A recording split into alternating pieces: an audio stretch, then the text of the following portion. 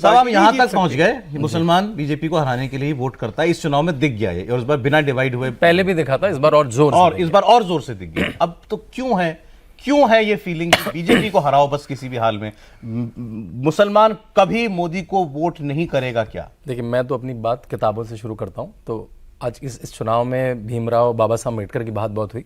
उनकी चर्चित किताब है partition of India and Pakistan. उसमें वो कहते हैं कि इस्लाम व्यक्ति को केवल एक चश्मे से देखता है कि ये मुस्लिम है या ये गैर मुस्लिम है।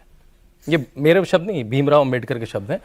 और इस चश्मे को दिखाने की और मुल्ला मौलवियों ने बिल्कुल कि देखो कि ये मुस्लिम को जितवाएगा कि मुस्लिम को नहीं जितवाएगा। आरिफ मोहम्मद खान जैसा स्कॉलर बसपा के टिकट से लड़ता है, जीत जाता है। कांग्रेस के टिकट से लड़ता है, जीत जाता है। जब वो भाजपा का टिकट लेता है तो हार जाता है। बाद में पता लगता है कि उनका एजेंट भी नहीं, उसको जो उनका एजेंट था उसने भी वोट नहीं करा। उससे कहा कि मेरा जमीर नहीं माना कमल के निशान पे।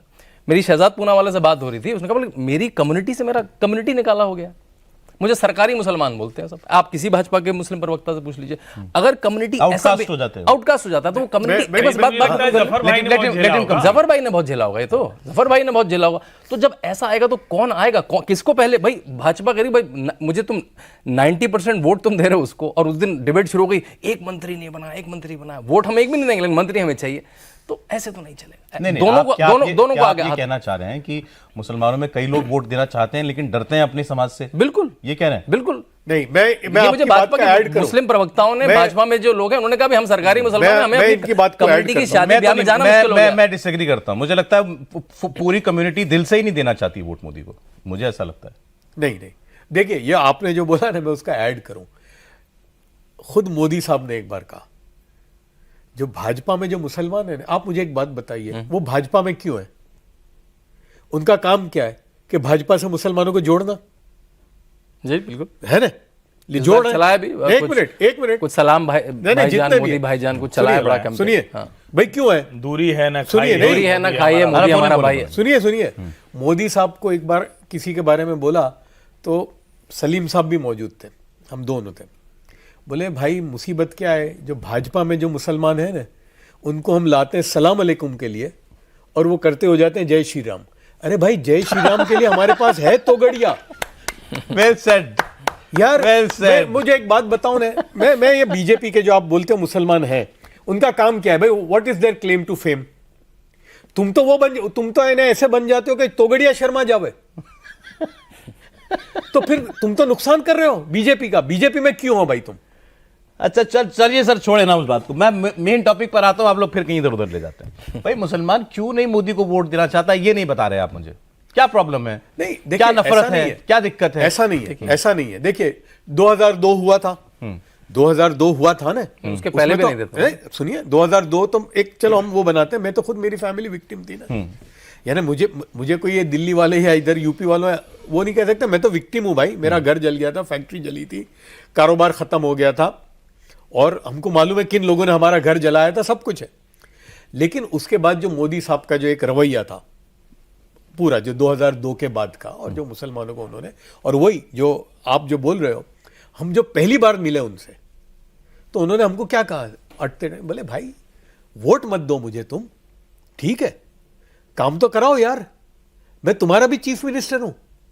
और फिर उन्होंने ये कहा, वो इसका जवाब आ जाता है उसमें कि भाई डेमोक्रेसी में, उन्होंने ये कहा तब कि भाई मुझे अभी गुजरात में 45% लोगों ने वोट दिया है, 55% ने तो मेरे खिलाफ वोट किया है, तो क्या मैं उनका कुछ नहीं हूं?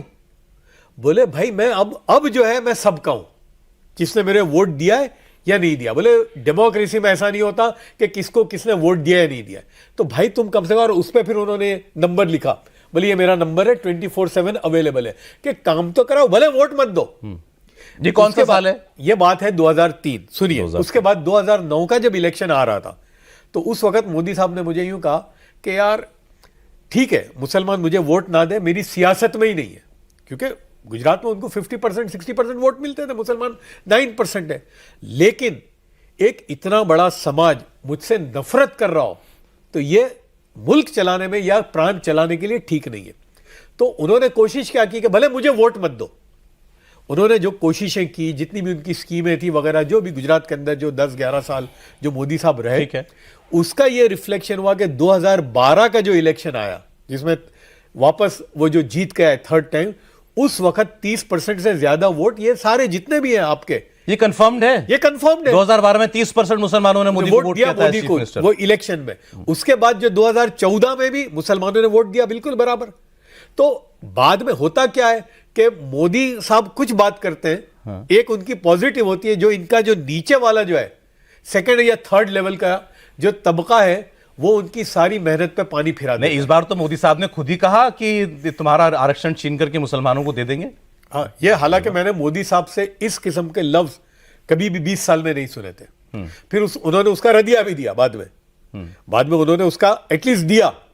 बाकी तो इनके लोग हैं, वो तो वही चलाते। तो इस उनके इस कैंपेन से मुसलमान और नाराज हुआ और दूर हाँ, हुआ उनसे? वो उसका असर पड़ा। उसका असर पड़ा, जो कि मोदी, और वो इसलिए पड़ा कि क्योंकि मोदी साहब को इस तरह से कभी नहीं देखा था 20 साल में। इस तरह के लफ्ज उनके कभी भी नहीं। इस कैंपेन से वो और एकजुट हो गया, मुसलमान और एकजुट होकर खिलाफ हो गया। इसमें इतना ही हुआ है, उसमें इतना ही हुआ है कि वोट तो वो मुसलमान पहले भी 80% किसी और को देता वो था। देता ही था। इस बार ऐड हुआ हिंदू वोट बस, और वो मिले हुए थे सब। नहीं, इस बार वो 80 का 90% भी हो गया इनके खिलाफ। हाँ, यूपी में